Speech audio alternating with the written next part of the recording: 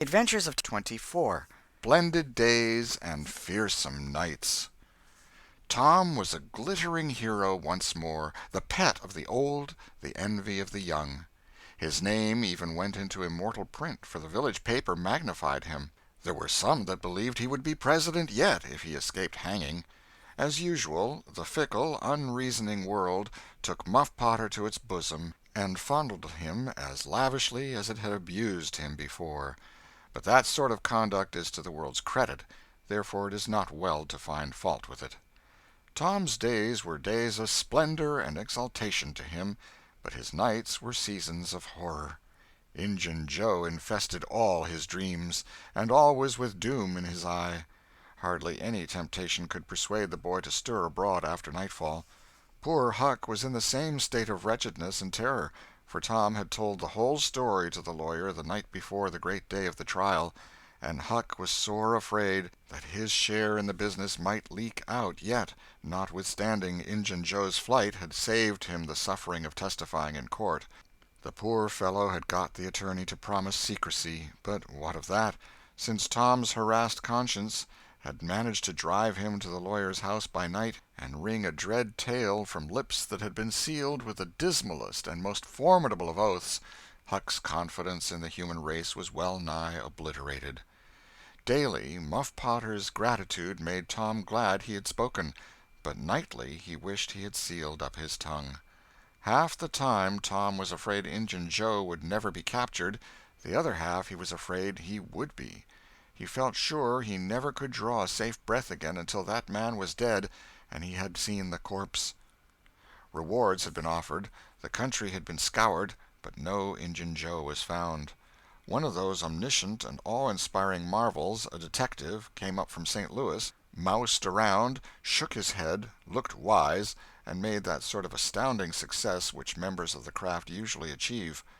That is to say, he found a clue. But you can't hang a clue for murder, and so after that detective had got through and gone home, Tom felt just as insecure as he was before. The slow days drifted on, and each left behind it a slightly lightened weight of apprehension. End of Chapter 24. Chapter 25. Seeking the Buried Treasure. There comes a time in every rightly constructed boy's life when he has a raging desire to go somewhere and dig for hidden treasure. This desire suddenly came upon Tom one day. He sallied out to find Joe Harper, but failed of success. Next he sought Ben Rogers. He had gone fishing. Presently he stumbled upon Huck Finn, the red-handed. Huck would answer. Tom took him to a private place and opened the matter to him confidentially. Huck was willing. Huck was always willing to take a hand in any enterprise that offered entertainment and required no capital, for he had a troublesome superabundance of that sort of time which is not money. "Where'll we dig?" said Huck. "Oh, most anywhere." "Why, is it hid all round?" "No, indeed it ain't. It's hid in mighty particular places, Huck. Sometimes on islands, sometimes in rotten chests under the end of a limb of an old dead tree, just where the shadow falls at midnight, but mostly under the floor in haunted houses." "Who hides it?" "Why, robbers, of course. Who'd you reckon? Sunday-school superintendents?" "I don't know. If 'twas mine, I wouldn't hide it. I'd spend it and have a good time." "So would I. But robbers don't do that way. They always hide it and leave it there." "Don't they come after it any more?" "No, they think they will, but they generally forget the marks, or else they die. Anyway, it lays there a long time and gets rusty, and by somebody finds an old yellow paper that tells how to find the marks. A paper that's got to be ciphered over about a week, because it's mostly signs and hieroglyphics." "Which?" "Hieroglyphics. Pictures and things, you know, that don't seem to mean anything." "Have you got one of them papers, Tom?" "No." "Well, then, how are you going to find the marks?" "I don't want to find any marks. They always bury it under a haunted house, or on an island, or under a dead tree that's got one limb sticking out.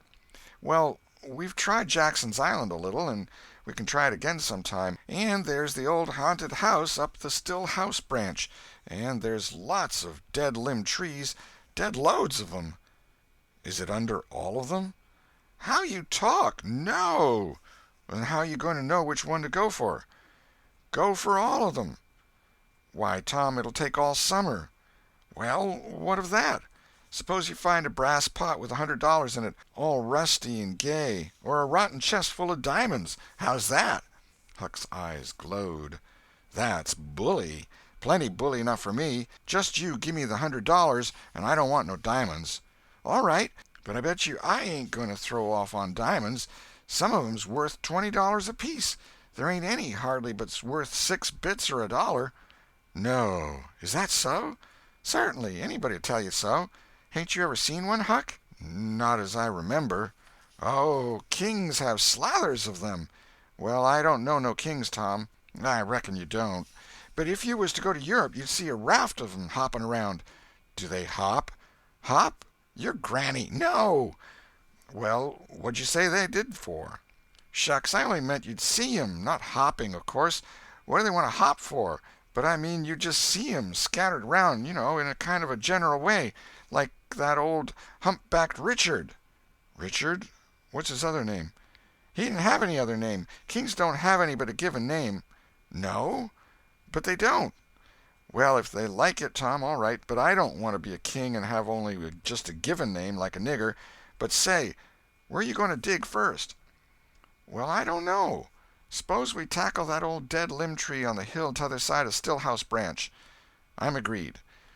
So they got a crippled pick and a shovel and set out on their 3-mile tramp.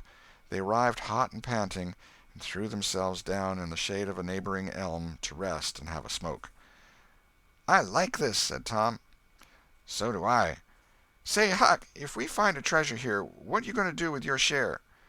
"Well, I'll have pie and a glass of soda every day, and I'll go to every circus that comes along. I bet I'll have a gay time." "Well, ain't you going to save any of it?" "Save it? What for?" "Why, so as to have something to live on by and by." "Oh, that ain't any use. Pap would come back to this yer town some day and get his claws on it if I didn't hurry up, and I tell you he'd clean it out pretty quick. What you going to do with yourn, Tom?" "I'm going to buy a new drum, and a sure enough sword, and a red necktie and a bull pup, and get married." "Married?" "That's it." "Tom, why, you ain't in your right mind." "Wait. You'll see." "Well, that's the foolishest thing you could do. Look at Pap and my mother. Fight! Why, they used to fight all the time. I remember mighty well." "That ain't anything. The girl I'm going to marry won't fight." "Tom, I reckon they're all alike. They'll all comb a body. Now, you better think about this a while. I tell you, you better. What's the name of the gal?" "It ain't a gal at all. It's a girl." "It's all the same, I reckon.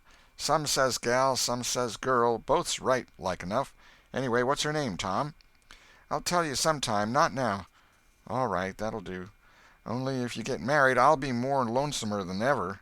"No, you won't. You'll come and live with me. Now, stir out of this, and we'll go to digging."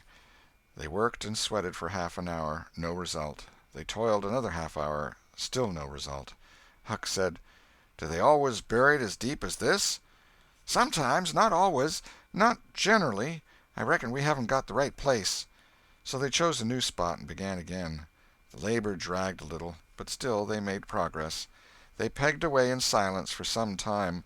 Finally Huck leaned on his shovel, swabbed the beaded drops from his brow with his sleeve, and said, "Where are you going to dig next, after we get this one?" "I reckon maybe we'll tackle the old tree that's over yonder on Cardiff Hill, back of the widow's." "I reckon that'll be a good one. But won't the widow take it away from us, Tom? It's on her land." "She take it away? Maybe she'd like to try it once. Whoever finds one of these hid treasures, it belongs to him. It don't make any difference whose land it's on." That was satisfactory. The work went on. By and by Huck said, "Blame it, we must be in the wrong place again. What do you think?" "It is mighty curious, Huck. I don't understand it. Sometimes witches interfere. I reckon maybe that's what's the trouble now." "Shucks, witches ain't got no power in the daytime." "Well, that's so. I didn't think of that. Oh, I know what the matter is. What a blamed lot of fools we are. You got to find out where the shadow of the limb falls at midnight, and that's where you dig." "Then, consound it, we fooled away all this work for nothing. Now, hang it all, we've got to come back in the night. It's an awful long way. Can you get out?" I bet I will. We've got to do it tonight, too, because if somebody sees these holes, they'll know in a minute what's here, and they'll go for it. Well, I'll come around and mow tonight. All right, let's hide the tools in the bushes. The boys were there that night about the appointed time. They sat in the shadow waiting. It was a lonely place, and an hour made solemn by old traditions. Spirits whispered in the rustling leaves. Ghosts lurked in the murky nooks.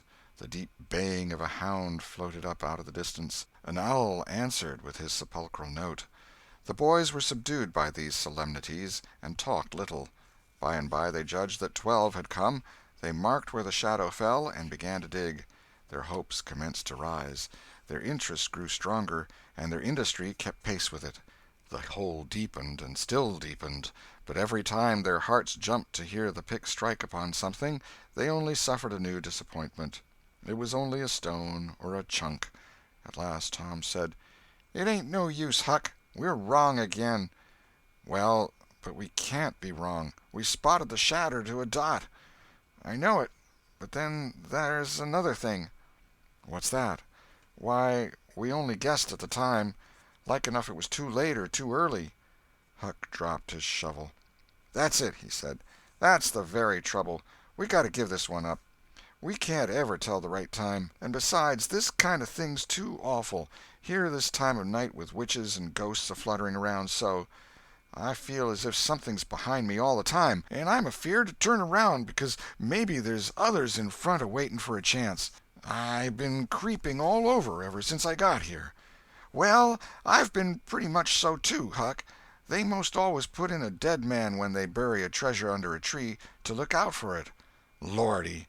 "Yes, they do. I've always heard that. Tom, I don't like to fool around much where there's dead people. A body's bound to get into trouble with 'em, sure." "I don't like to stir 'em up, either. Suppose this one here was to stick his skull out and say something." "Don't, Tom, it's awful." "Well, it just is. Huck, I don't feel comfortable a bit. Say, Tom, let's give this place up and try somewhere else." "All right, I reckon we better." "What'll it be?"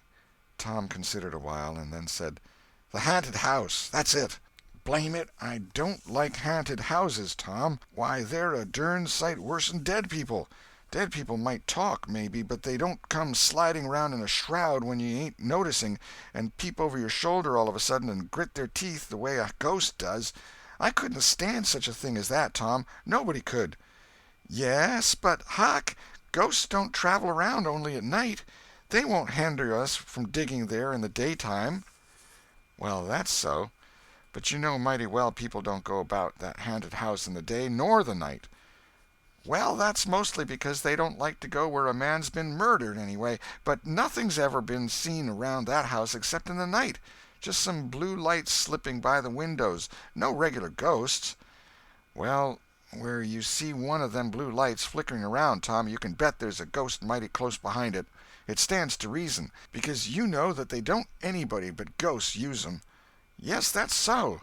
But anyway, they don't come around in the daytime, so what's the use of our being afeard?"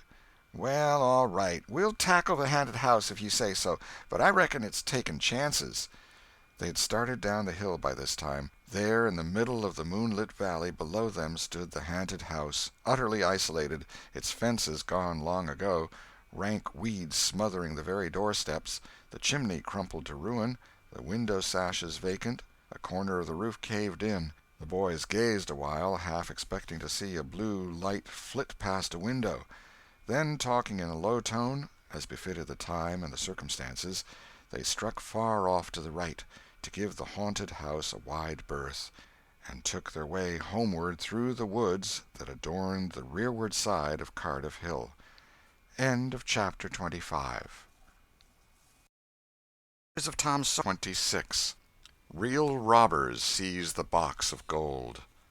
About noon the next day the boys arrived at the dead tree. They had come for their tools. Tom was impatient to go to the haunted house. Huck was measurably so, also, but suddenly said, "Looky here, Tom, do you know what day it is?" Tom mentally ran over the days of the week, and then quickly lifted his eyes with a startled look in them. "My, I never once thought of it, Huck." "Well, I didn't either, but all at once it popped onto me that it was Friday." "Blame me, a body can't be too careful, Huck. We might have got into an awful scrape tackling such a thing on a Friday." "Might. Better say we would. There's some lucky days, maybe, but Friday ain't." "Any fool knows that. I don't reckon you was the first that found it out, Huck." "Well, I never said it was, did I? And Friday ain't all, neither. I had a rotten bad dream last night. Dreamt about rats." "No! Sure sign of trouble. Did they fight?"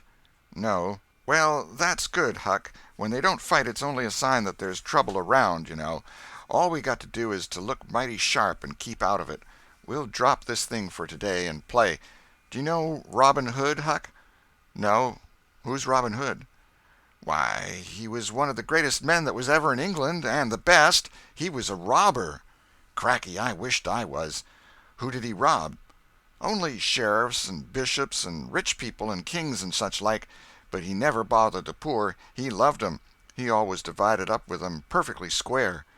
"Well, he must have been a brick." "I bet you he was, Huck. Oh, he was the noblest man that ever was. They ain't any such men now, I can tell you.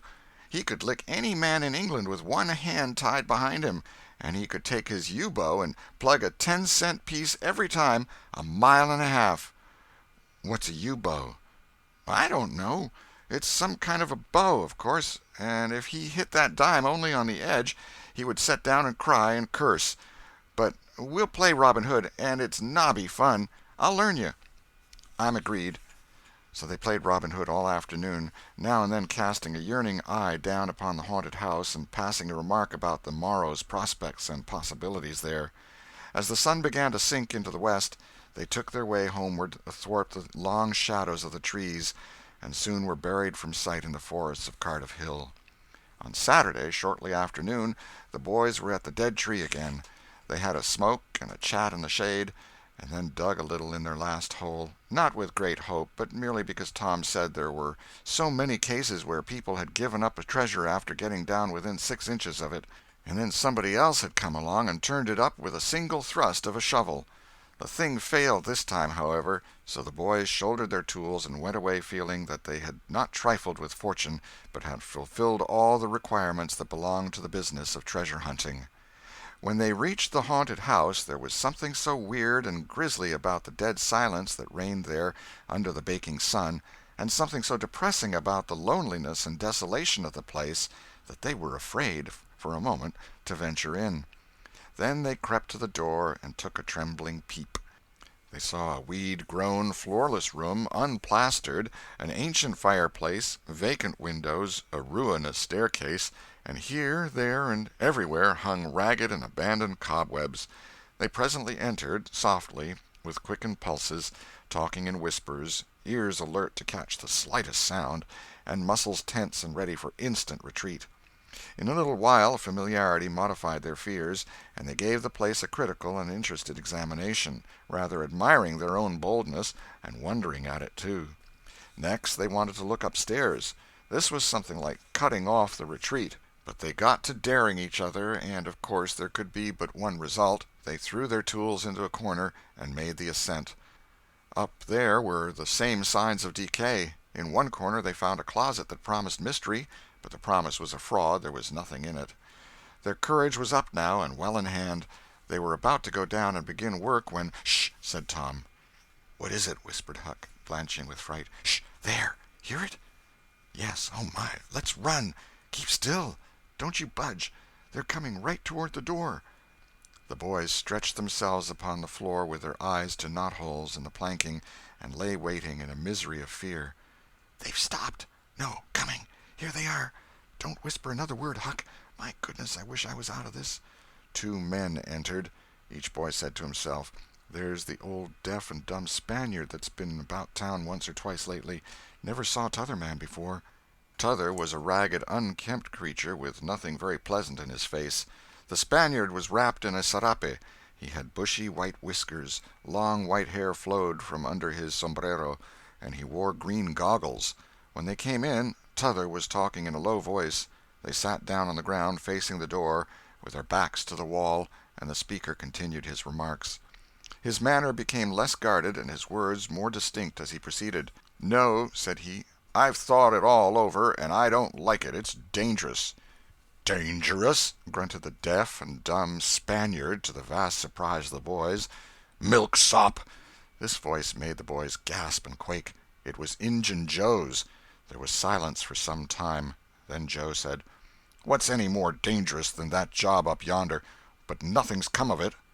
"That's different. Away up the river so, and not another house about. 'Twon't ever be known that we tried, anyway, long as we didn't succeed." "Well, what's more dangerous than coming here in the daytime? Anybody would suspicion us that saw us." "I know that. But there warn't any other places handy after that fool of a job. I want to quit this shanty. I wanted to yesterday, only it weren't any use trying to stir out of here with those infernal boys playing over there on the hill right in full view." Those infernal boys quaked again under the inspiration of this remark, and thought how lucky it was that they had remembered it was Friday and concluded to wait a day. They wished in their hearts they had waited a year. The two men got out some food and made a luncheon. After a long and thoughtful silence, Injun Joe said: "Look here, lad, you go back up the river where you belong. Wait there till you hear from me. I'll take the chances on dropping into this town just once more for a look. We'll do that dangerous job after I've spied around a little and think things look well for it. Then for Texas. We'll leg it together." This was satisfactory. Both men presently fell to yawning, and Injun Joe said: "I'm dead for sleep. It's your turn to watch." He curled down into the weeds, and soon began to snore. His comrade stirred him once or twice, and he became quiet. Presently the watcher began to nod. His head drooped lower and lower, and both men began to snore now. The boys drew a long, grateful breath. Tom whispered: "Now's our chance. Come." Huck said: "I can't. I'd die if they was to wake." Tom urged. Huck held back. At last Tom rose slowly and softly and started alone, but the first step he made wrung such a hideous creak from the crazy floor that he sank down almost dead with fright. He never made a second attempt. The boys lay there counting the dragging moments till it seemed to them that time must be done and eternity growing gray, and then they were grateful to note that at last the sun was setting. Now one snore ceased. Injun Joe sat up, stared around, smiled grimly upon his comrade, whose head was drooping upon his knees, stirred him up with his foot, and said: "Here, you're a watchman, ain't you? All right, though, nothing's happened." "My, have I been asleep?" "Oh, partly. Nearly time for us to be moving, pard. What'll we do with what little swag we've got left?" "I don't know. Leave it here, as we've always done, I reckon. No use to take it away till we start south. 650 in silver's something to carry." "Well, all right, it won't matter to come here once more." "No, but I'd say come in the night, as we used to do. It's better." "Yes, but look here, it may be a good while before I get the right chance at that job. Accidents might happen. 'Tain't in such a very good place. We'll just regularly bury it, and bury it deep." "Good idea," said the comrade, who walked across the room, knelt down, raised one of the rearward hearthstones, and took out a bag that jingled pleasantly. He subtracted from it $20 or $30 for himself, and as much for Injun Joe, and passed the bag to the latter, who was on his knees in the corner now, digging with his bowie knife. The boys forgot all their fears, all their miseries in an instant. With gloating eyes they watched every movement. Luck! The splendor of it was beyond all imagination. $600 was money enough to make half a dozen boys rich. Here was treasure hunting under the happiest auspices. There would not be any bothersome uncertainty as to where to dig. They nudged each other every moment, eloquent nudges and easily understood, for they simply meant, "Oh, but ain't you glad now we're here?" Joe's knife struck upon something. "Hello," he said. "What is it?" said his comrade. "Half-rotten plank. No, it's a box, I believe. Here, bear a hand and we'll see what it's here for. Never mind, I've broke a hole." He reached his hand in and drew it out. "Man, it's money!" The two men examined the handful of coins. They were gold. The boys above were as excited as themselves, and as delighted. Joe's comrade said: "We'll make quick work of this. There's an old rusty pick over amongst the weeds in the corner the other side of the fireplace. I saw it a minute ago." He ran and brought the boys' pick and shovel. Injun Joe took the pick, looked it over critically, shook his head, muttered something to himself, and then began to use it. The box was soon unearthed. It was not very large. It was iron-bound, and had been very strong before the slow years had injured it. The men contemplated the treasure a while in blissful silence. "Pard, there's thousands of dollars here," said Injun Joe. "'Twas always said that Murrell's gang used to be around here one summer," the stranger observed. "I know it," said Injun Joe, "and this looks like it, I should say. Now you won't need to do that job." The half-breed frowned. Said he, "You don't know me. Least you don't know all about that thing. 'Tain't robbery altogether, it's revenge." And a wicked light flamed in his eyes. "I'll need your help in it. When it's finished, then Texas. Go home to your Nance and your kids and stand by till you hear from me." "Well, if you say so. What'll we do with this? Bury it again?" "Yes." Ravishing delight overhead. "No, by the great Sachem, no!" Profound distress overhead. "I'd nearly forgot. That pick had fresh earth on it." The boys were sick with terror in a moment. "What business has a pick and a shovel here? What business with fresh earth on them? Who brought them here? And where are they gone? Have you heard anybody? Seen anybody?" "What! Bury it again and leave them to come and see the ground disturbed? Not exactly, not exactly. We'll take it to my den." "Why, of course. Might have thought of that before. You mean number 1? "No, number 2, under the cross. The other place is bad, too common." "All right. It's nearly dark enough to start." Injun Joe got up and went about from window to window, cautiously peeping out. Presently he said, "Who could have brought those tools here? Do you reckon they can be upstairs?" The boys' breath forsook them. Injun Joe put his hand on his knife, halted a moment, undecided, and then turned toward the stairway. The boys thought of the closet, but their strength was gone. The steps came creaking up the stairs. The intolerable distress of the situation woke the stricken resolution of the lads. They were about to spring for the closet when there was a crash of rotten timbers and Joe landed on the ground amid debris of the ruined stairway. He gathered himself up, cursing, and his comrade said, "Now what's the use of all that? If it's anybody and they're up there, let 'em stay there. Who cares? If they want to jump down now and get into trouble, who objects? It will be dark in 15 minutes, and then let them follow us if they want to. I'm willing. In my opinion, whoever hove those things in here caught a sight of us and took us for ghosts or devils or something. I'll bet they're running yet." Joe grumbled a while. Then he agreed with his friend that what daylight was left ought to be economized in getting things ready for leaving. Shortly afterward they slipped out of the house in the deepening twilight and moved towards the river with their precious box. Tom and Huck rose up, weak but vastly relieved, and stared after them through the chinks between the logs of the house. Follow? Not they. They were content to reach ground again without broken necks and take the townward track over the hill. They did not talk much. They were too much absorbed in hating themselves, hating the ill luck that made them take the spade and the pick there. But for that, Injun Joe never would have suspected.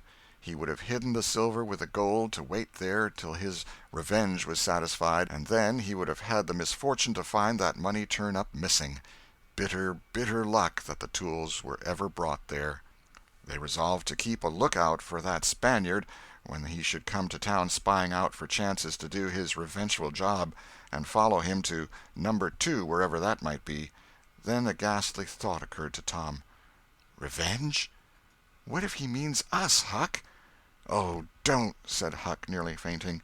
They talked it all over, and as they entered town they agreed to believe that he might possibly mean somebody else, at least that he might at least mean nobody but Tom, since only Tom had testified. Very, very small comfort it was to Tom to be alone in danger. Company would be palpable improvement, he thought. End of chapter 26. Adventures. Chapter 27. Trembling on the Trail. The adventure of the day mightily tormented Tom's dreams that night. 4 times he had his hands on that rich treasure, and 4 times it wasted to nothingness in his fingers as sleep forsook him and wakefulness brought back the hard reality of his misfortune. As he lay in the early morning recalling the incidents of his great adventure, he noticed that they seemed curiously subdued and far away, somewhat as if they had happened in another world or in a time long gone by. Then it occurred to him that the great adventure itself must be a dream. There was one very strong argument in favor of this idea, namely, that the quantity of coin he had seen was too vast to be real. He had never seen as much as $50 in one mass before, and he was like all boys of his age and station in life, in that he imagined that all references to hundreds and thousands were mere fanciful forms of speech, and that no such sums really existed in the world. He never had supposed for a moment that so large a sum as $100 was to be found in actual money in anyone's possession. If his notions of hidden treasure had been analyzed, they would have been found to consist of a handful of real dimes and a bushel of vague, splendid, ungraspable dollars. But the incidents of his adventure grew sensibly sharper and clearer under the attrition of thinking them over, and so he presently found himself leaning to the impression that the thing might not have been a dream after all. This uncertainty must be swept away. He would snatch a hurried breakfast and go and find Huck. Huck was sitting on the gunwale of a flatboat, listlessly dangling his feet in the water and looking very melancholy. Tom concluded to let Huck lead up to the subject. If he did not do it, then the adventure would be proved to have been only a dream. "Hello, Huck." "Hello yourself." Silence for a minute. "Tom, if we'd 'a' left the blamed tools at the dead tree, we'd 'a' got the money." "Oh, ain't it awful!" "'Tain't a dream, then. 'Tain't a dream. Somehow I most wish it was. Dogged if I don't, Huck." "What ain't a dream?" "Oh, that thing yesterday. I been half thinking it was." "Dream! If them stairs hadn't broke down, you'd 'a' seen how much dream it was. I've had dreams enough all night, with that patch-eyed Spanish devil going for me all through 'em. Rot him!" "No, not rot him. Find him. Track the money." "Tom, we'll never find him. A feller don't have only one chance for such a pile, and that one's lost. I'd feel mighty shaky if I was to see him, anyway." "Well, so'd I, but I'd like to see him anyway. Track him out. To his number 2. "Number 2, yes, that's it. I been thinking about that, but I can't make nothing out of it. What do you reckon it is?" "I don't know. It's too deep. Say, Huck, maybe it's the number of a house." "Goody! No, Tom, that ain't it. If it is, it ain't in this one-horse town. They ain't no numbers here." "Well, that's so. Let me think a minute. Here, it's the number of a room in a tavern, you know." "Oh, that's the trick. They ain't only 2 taverns. We can find out quick. You stay here, Huck, till I come." Tom was off at once. He did not care to have Huck's company in public places. He was gone half an hour. He found that in the best tavern, number 2 had long been occupied by a young lawyer, and was still so occupied. In the less ostentatious house, number 2 was a mystery. The tavern-keeper's young son said it was kept locked all the time, and he never saw anybody go into it or come out of it except at night. He did not know any particular reason for this state of things, had had some little curiosity, but it was rather feeble, had made the most of the mystery by entertaining himself with the idea that the room was haunted, had noticed that there was a light in there the night before. "That's what I've found out, Huck. I reckon that's the very number 2 we're after." "I reckon it is, Tom. Now, what you going to do?" "Let me think." Tom thought a long time. Then he said, "I'll tell you. The back door of that number 2 is the door that comes out into the little close alley between the tavern and the old rattle-trap of a brick store. Now you get hold of all the door keys you can find, and I'll nip all of Auntie's, and the first dark night we'll go there and try 'em. And mind you, keep a lookout for Injun Joe, because he said he was going to drop into town and spy around once more for a chance to get his revenge. If you see him, you just follow him, and if he don't go to that number 2, that ain't the place." "Lordy, I don't want to foller him by myself." "Why, it'll be a night, sure. He mightn't ever see you, and if he did, maybe he'd never think anything."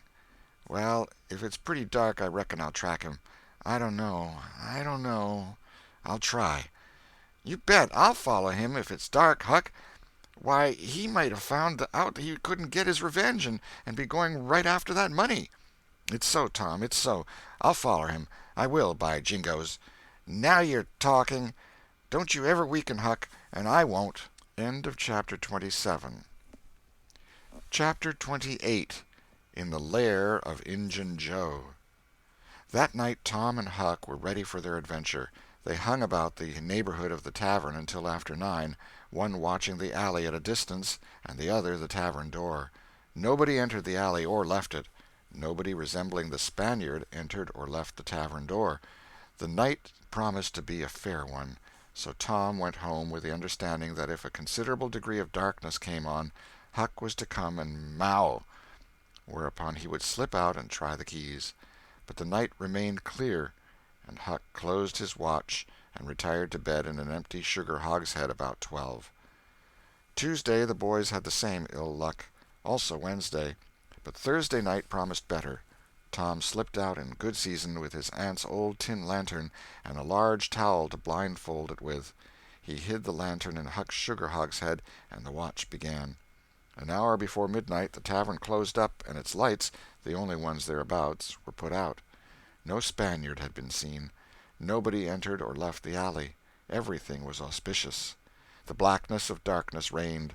The perfect stillness was interrupted only by occasional mutterings of distant thunder. Tom got his lantern, lit it in the hogshead, wrapped it closely in the towel, and the two adventurers crept in the gloom toward the tavern.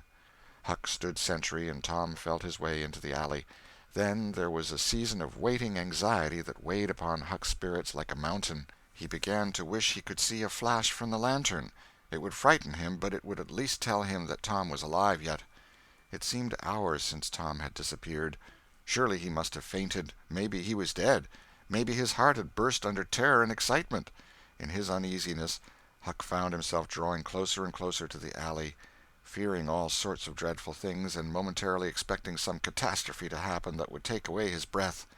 There was not much to take away, for he seemed only able to inhale it by thimblefuls, and his heart would soon wear itself out, the way it was beating.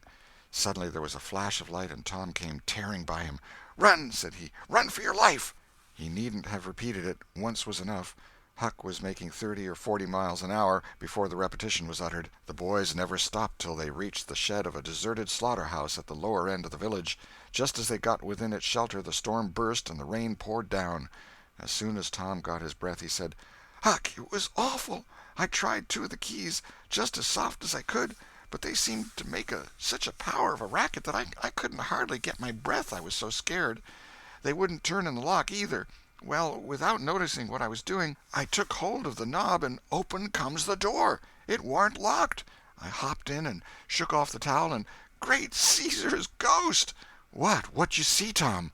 "Huck, I most stepped onto Injun Joe's hand." "No!"